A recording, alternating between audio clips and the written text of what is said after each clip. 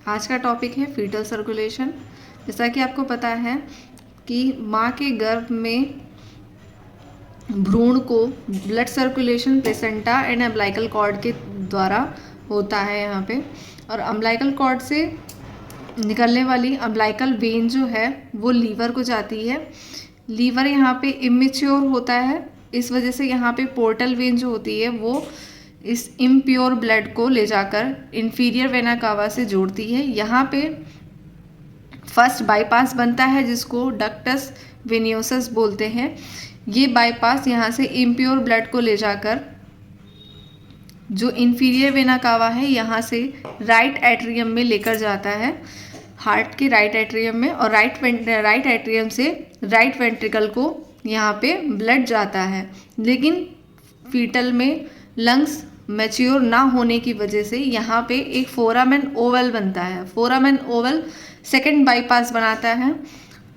ये second bypass यहाँ से पल्मोनरी ट्रंक के द्वारा दो भागों में डिवाइड हो जाता है, एक तरफ राइट लंग में और एक तरफ लेफ्ट लंग में। ये पल्मोनरी ट्रंक जो है ये इम्प्योर ब्लड मतलब डीऑक्सीजनेटेड ब्लड को ले जाकर दोनों लंग्स में पहुंचाने की कोशिश करता है, लेकिन लेफ्ट लंग और राइट लंग में मैच्योर ना होने की वजह से ये जो डीऑक्सीजनेटेड ब्लड होता है ये यहीं पे रुक जाता है। इसके लिए यहाँ पे थर्ड बाईपास बनता है।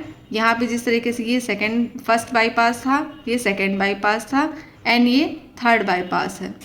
थर्ड बाईपास जिसको डक्टस आर्टरियोसस बोलते हैं, ये डक्टस आर्टरियोसस यहाँ पे आकर एक थर्ड बाईपास बनाकर ये जो पल्मोनरी ट्रंक है, पल्मोनरी ट्रंक से लेफ्ट साइड की जो ट्रंक की ब्रांच गई हुई है यहाँ से एक थर्ड बाईपास बनाता है जिसको जो एरोटा से जुड़ी होती है।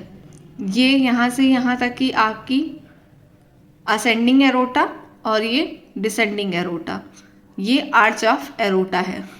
आर्च ऑफ एरोटा से ये पल्मोनरी ट्रंक की जो ये वाली लेफ्ट साइड वाली ब्रांच है इससे जुड़कर यहाँ पे ब्लड को प्योर कर कर डिसेंडिंग एरोटा के द्वारा नीचे की तरफ लेके आती है। जब डिसेंडिंग एरोटा नीचे की तरफ आती है तो आर्च ऑफ एरोटा से नीचे आते हुए पहले थोरेसिस एरोटा बनता है, फिर ये एब्डोमिनल में जाकर एब्डोमिनल एरोटा बनता है। उसी तरीके से ये नीचे आकर कॉमन इलियक आर्टरी में डिवाइड हो जाती हैं दो साइड में, एक राइट साइड में और एक लेफ्ट साइड में।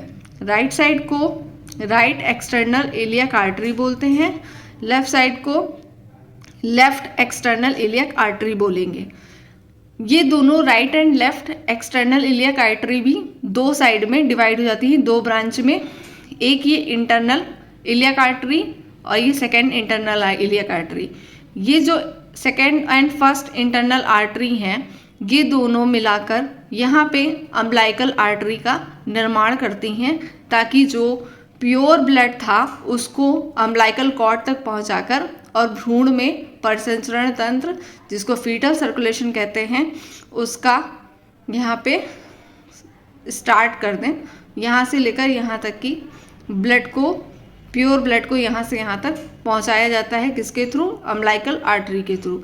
यहाँ पे अम्बिलिकल वेन जो थी आपको पता है, जैसा कि अम्बिलिकल कॉर्ड में एक अम्बिलिकल वेन और दो अम्बिलिकल आर्टरी पहुंचती हैं।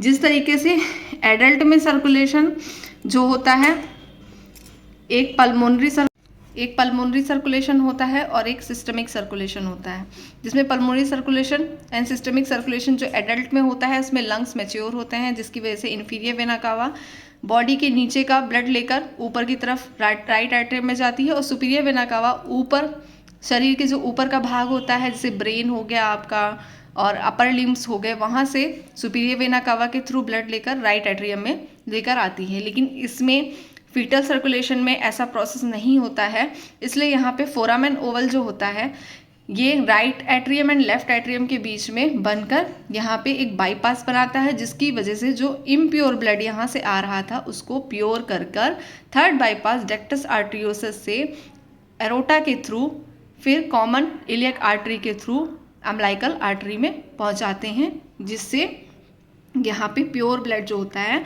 वो यहाँ पे फीटल को मिल जाता है।